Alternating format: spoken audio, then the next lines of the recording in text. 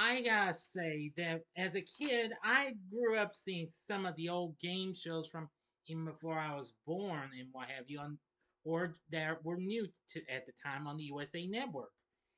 Well, and there was this one show that really was pretty challenging, what have you, especially watching reruns of it. Ever wonder if what a word or phrase would be like if you read it from a car bumper? Well, in 1987, we got this game right here, direct from Canada. That game is none other than Bumper Stumpers, as I will be talking about this show in this episode of Wide World of Game Shows. Big D's Entertainment Rankings and Reviews presents Wide World of Game Shows. Greetings, my fellow YouTubers. I'm Joel, the Big D to you. This is Big D's Entertainment Rankings and Reviews, and this is another episode of Wide World of Game Shows. In this show, I'm going to be talking about a really fun-filled but pretty underrated game show that came direct from Canada, but got to be shown on cable TV. And I gotta say, this was something. Long before Game Show Network even came along, we only had networks, two cable networks that aired reruns or new game shows. Those included did did CBN before it became the Family Channel and the USA Network. And USA collabed with Canada's Global Television Network to create, well, to give us three game shows. Those included a revival of Jackpot, the all new chain react, the all new chain reaction, or the new chain reaction as I probably would call it. And this show right here, it's a game that's really a challenge, especially if you can decipher what this license plate you gotta try and figure out what it says and what have you. You know what I'm saying? So here it is. I bring to you Bumper Stumpers. Bumper Stumpers was a fun-filled but challenging game show. It originally premiered in the summer of 1987. The show was produced by Canada's Global Television Network along with Barry and Enright Enterprises and Wink Martindale Enterprises in cooperation with the USA Network, which I actually watched this show on. Anyway, now this show came direct from Canada. This focuses on two teams of two players who compete to decipher letter puzzles presented as fictional vanity license plates. Wink Martindale was the creator of this show. The host of the show was, let's see, I'm just trying to find what it is. Was Al Dubois, who was at the time a weather forecaster for Global, and Ken Ryan was the announcer. The show was taped at Global Television Studios in Toronto. It was also the last USA Network game show to be taped in Canada, after they already had done Jackpot and the new Chain Reaction, which Jackpot started in 1985, the new Chain Reaction in 1986, and then Bumper Stumpers in 1987. But of course, unlike those two were from Bob Stewart. This was from Barry and Enright, who, of course, you may remember best for doing The Joker's Wild, Tic Tac Toe, as well as underrated games like Bullseye, Hot Potato, Play the Percentages, The Hollywood Connection, Break the Bank, and many more. The show premiered on June 29, 1987, and aired concurrently on both Global and USA until before 1990 was over with on December 28th. Now, this was Wink Martindale's second creation of his to make the air. First was 1985's Headline Chasers, which aired in syndication with Wink himself as the host, and was developed by Mark Maxwell Smith. Now let's get into the main game of this. The show featured two teams, one usually a returning champion pair. The team's goal was to correctly solve the Super Stumper, a puzzle designed to resemble a vanity license plate that consisted of 7 spaces and was said at the beginning of each game to belong to someone or something. After Dubois relayed that information to the teams, the first space in the Super Stumper was revealed. Each space concealed either a letter or a number, which was only revealed after the team chose a space. To reveal the spaces in the Super Stumper, the teams would have to correctly decipher a series of event plates, while others and what have you, in what Dubois calls a jump in. Using the top two monitors of a 7 square game board, the teams were shown a pair of plates. One of the plates belonged to a particular subject, and the first team to buzz in was given the selection. If one of the teammates chooses the right plate, the other was given 10 seconds to try and decipher it. If not, the other team was given 10 seconds to see if they could solve.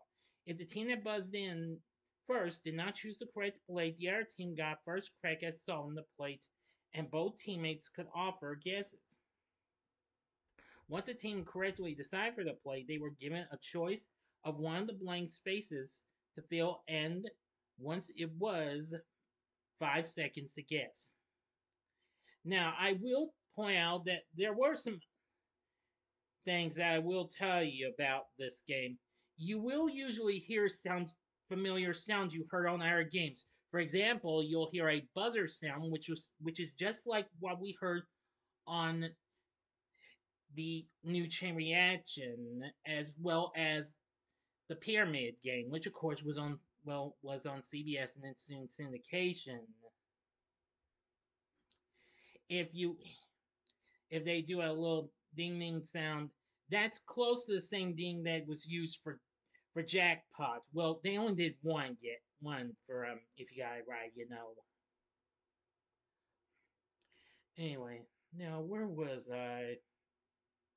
Oh, yes. If all 7 spaces were filled and the team that filled the last one could not solve the Super Stumper, the opposing team was given one last chance to solve.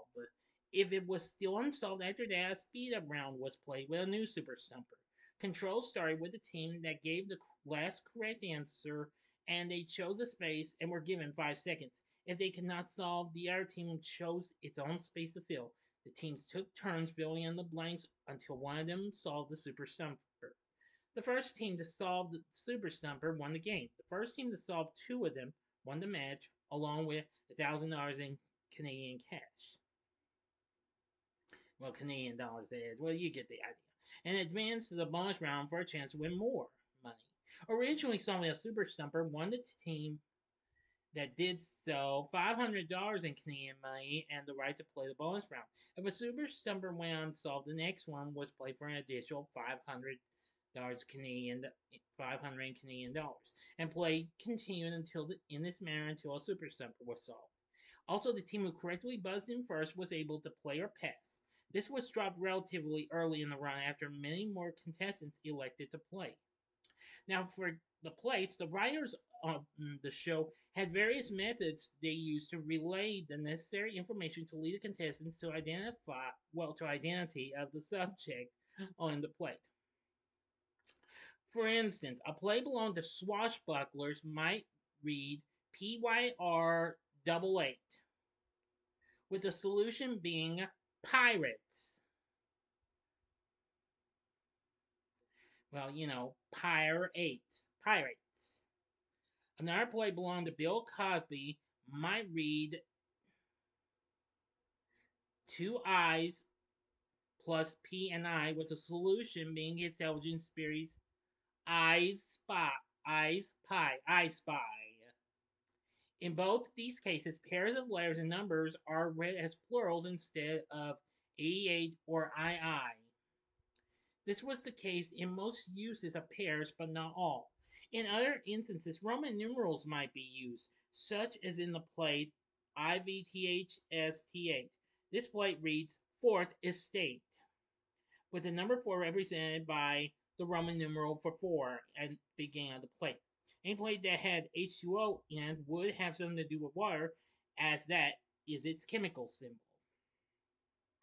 Other plates simply require the contestants to figure out proper pronunciation, such as the plate for TPRT, which is Tea Party, CUNL, which is CUN Hell, and TYRDFHM, which is Tired of Him.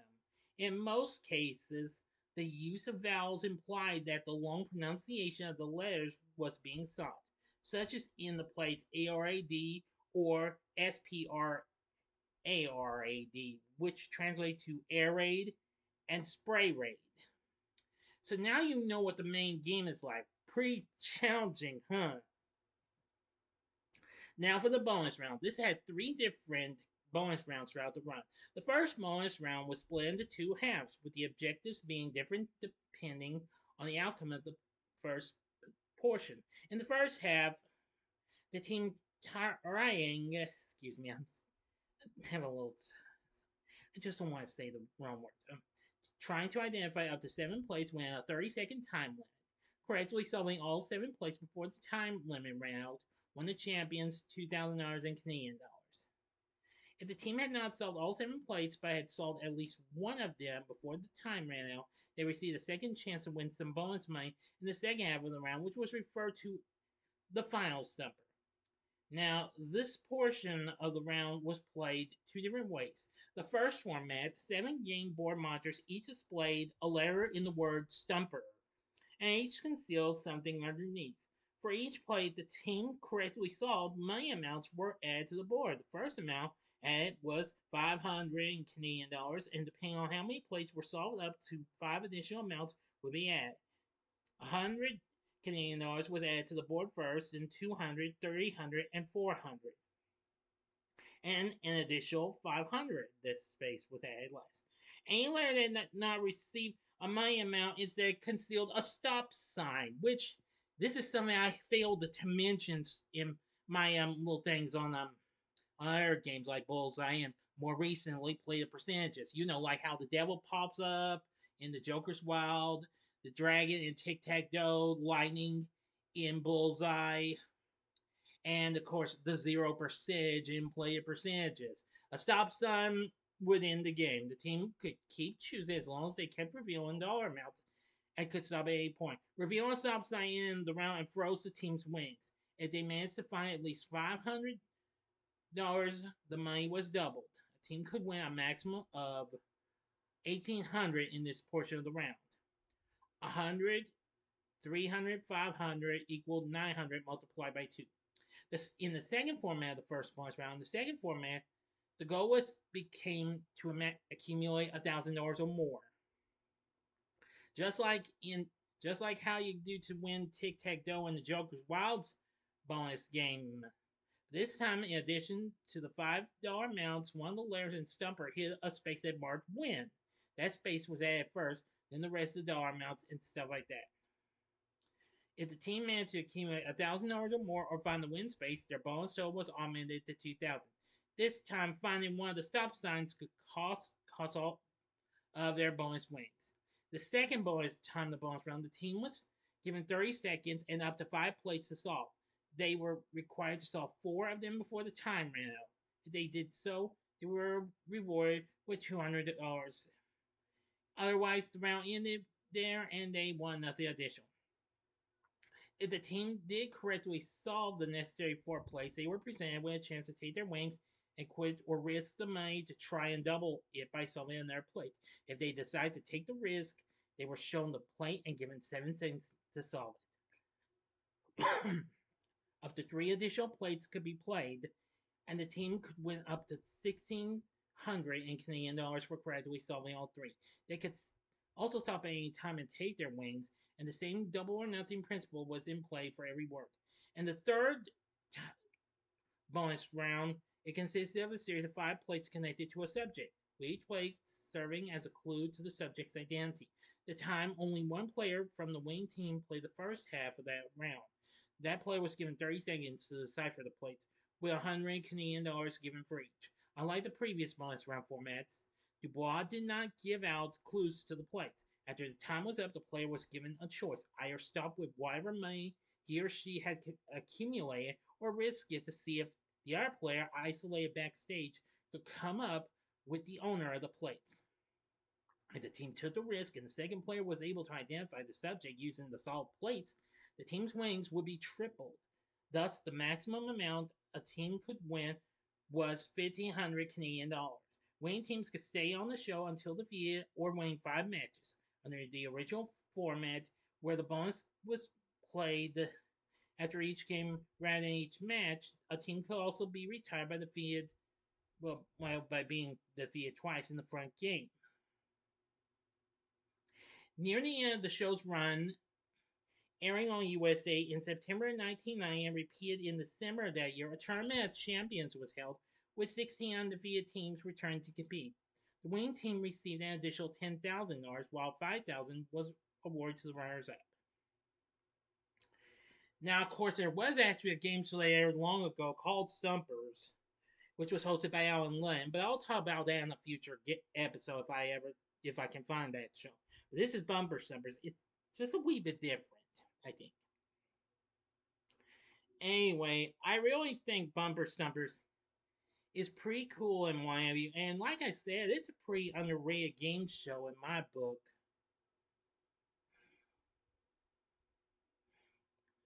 Now then, stand by. I'm going to go ahead and give you a little glimpse of a freeze frame or two.